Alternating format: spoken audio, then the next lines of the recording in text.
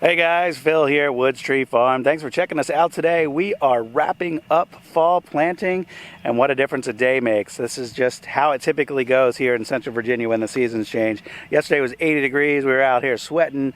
Today it's in the 40s. It's wet, it's breezy, it's cold. There's actually a little drizzle coming down right now. But all we had to do today is just wrap up our last few dozen seedlings here and get them in the ground. And I'll share with you in a minute exactly what we did. But I gotta say, yesterday was amazing.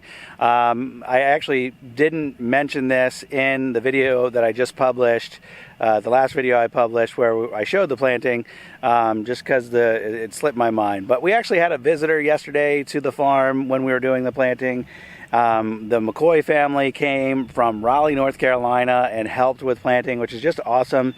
And we've had several different individuals and families come out over the last several years and help with different things. And it just blows our mind that people are willing to share some of their time with us in order to help us with our business. And of course, along the way, they're learning something as well, and it benefits them. But you know, the generosity of people is really awesome. And for them to spend 5 hours in the car round trip, plus several hours out here with us is just amazing, and they were a huge help.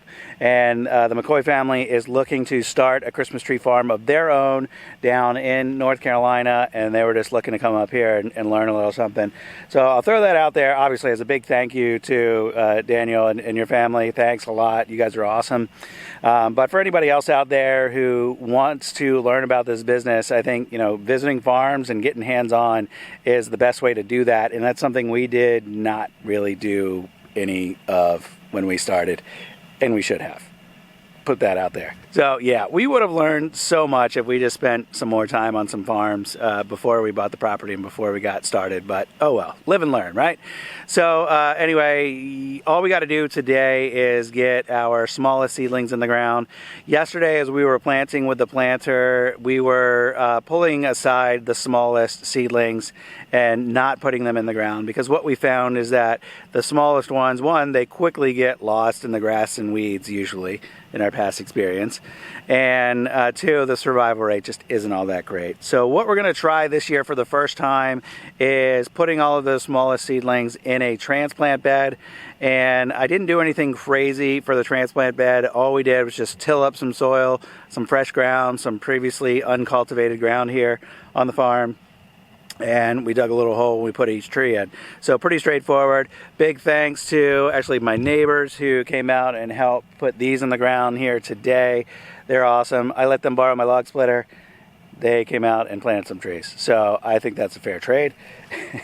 And obviously we got done this work today super fast as a result of their help. So that is much appreciated. So it's great to have some good friends and some good help. So let me show you what we got here. There are 3 different kinds of trees in the ground now with this transplant bed. Here's what we got the most of. These are all of the concolor firs, and there's a couple dozen of those in the ground.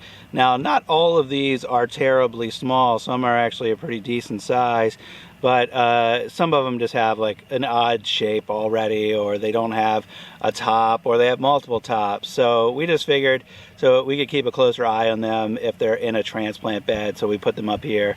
Right next to the concolors, we've just got about 25 or so Canaan firs, and the only thing with these is that yes, a lot of them are really small, but there's also a lot with just a lot of brown needles and stuff, so hopefully they're going to end up being okay. But obviously up here in the transplant bed we can keep a closer eye on them. And then right next to those we've got some Scotch pines, and these are all kind of the smallest, wimpiest looking pines that we've set aside here. You can see a lot of these are struggling to stand up on their own, so we might have to end up staking some of them. I figure we'll let them sit out here for a week or so and see what they do. We're going to get some sunny days next week. We're going to get some warmth next week, and we'll just see how they do, and if we need to stake them, then we might.